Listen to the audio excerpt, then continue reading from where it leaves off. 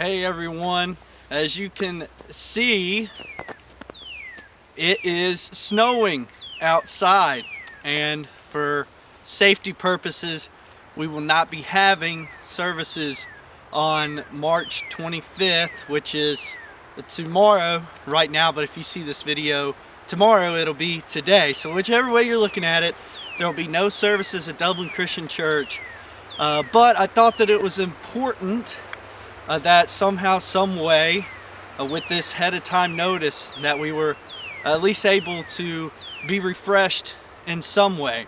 And I want to share with you just kind of a few words that I was going to be speaking on during my sermon, but it's going to kind of set us up for, I think, April the 8th, for when we are back together for our normal worship hour next week, of course. Hope to see you out for all of our Easter events at Dublin Christian Church. Next Sunday, April the 1st, we are going to be having our sunrise, S-O-N, sunrise service that morning at 8 o'clock. We encourage you to come out, fellowship for a great time of worship, and then following, we're going to have an Easter breakfast together, and we hope that you're able to be there. And then Sunday school at 10 a.m. and then at 11 a.m. our choir is going to be presenting the musical that they have been working on for several weeks, a few months now, and we hope that you're able to be there for that. And then, of course, we're unable to have our Easter egg hunt today, so that has been rescheduled as of right now to April the 7th at 2 p.m. April 7th at 2 p.m. So mark your calendars for that. I'll tell you right now, this spring has been very, very crazy.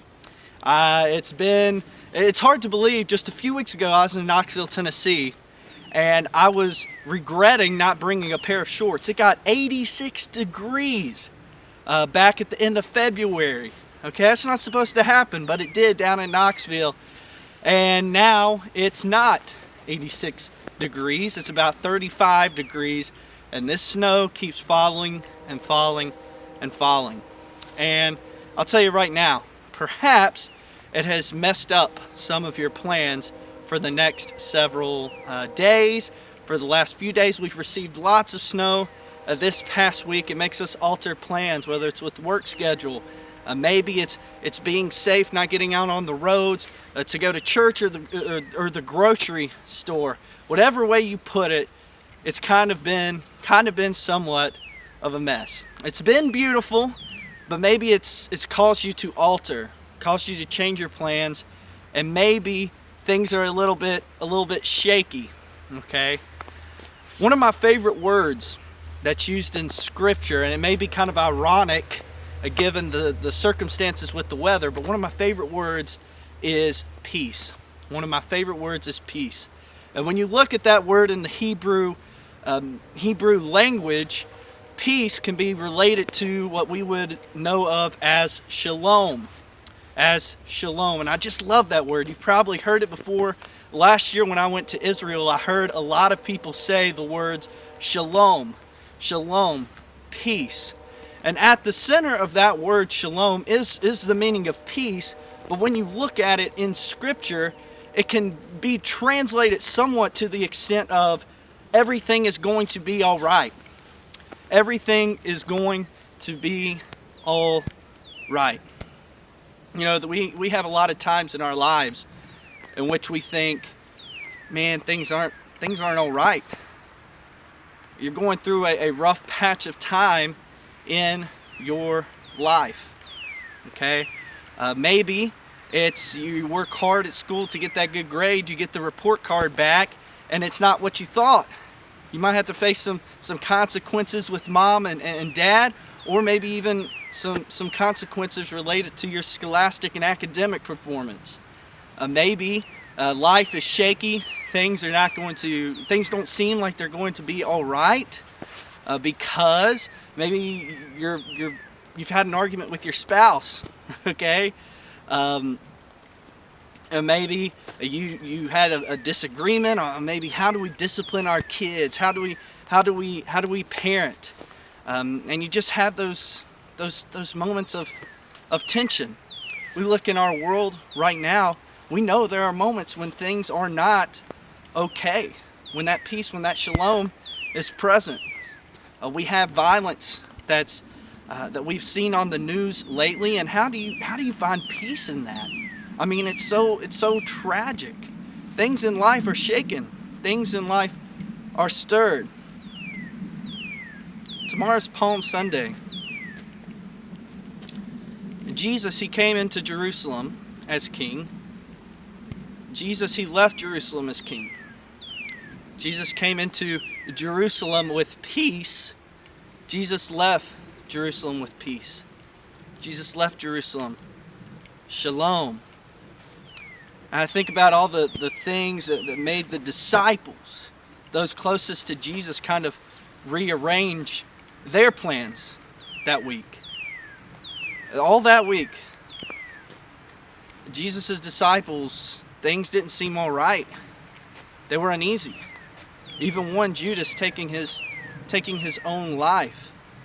They saw Jesus arrested. Many of them abandoned him. They were scared. Things were shaken. Things were stirred. Things didn't seem all right. But then on that third day, on that Sunday, we read in the book of John, we're going to be going over this here in a couple weeks. Mary Magdalene goes to the tomb, no body. Peter and John, they go, they don't see the body. They run off, but then Jesus, he appears to Mary Magdalene. And in this incredible way, in this incredible moment in history, Jesus says, peace, shalom, things are going to be all right. I love what John 20 tells us when Jesus, he first greets his disciples after the resurrection. They're locked in closed doors in a room because they're afraid that someone's going to come and get them. Perhaps it's the Jewish religious leaders, but Jesus, he comes to them in the book of John. And we read, Jesus came and stood among them and said, peace be with you. Peace be with you. In the midst of their fear, in the midst of their fright, Jesus came into that situation and he said, peace be with you. When things in life seem shaken, when they seem stirred, when things are not quite going the way that we want them, I think it's refreshing for us to remember that in the midst of the tragedy of the things that Jesus was put through for that 3-day period, he came and he appeared to his disciples and he said, shalom. He said, peace be with you. And right here in this moment, Jesus, he's doing the same thing for us. That's what Easter's all about. That's what we celebrate. It's this incredible celebration of that peace that Jesus has brought to us when he exited the tomb. So when things in life seem shaky, when things in life seem stirred, like they're not going the way that you wanted them to, we can oftentimes be humbled when Jesus comes into that situation and he says, peace be with you.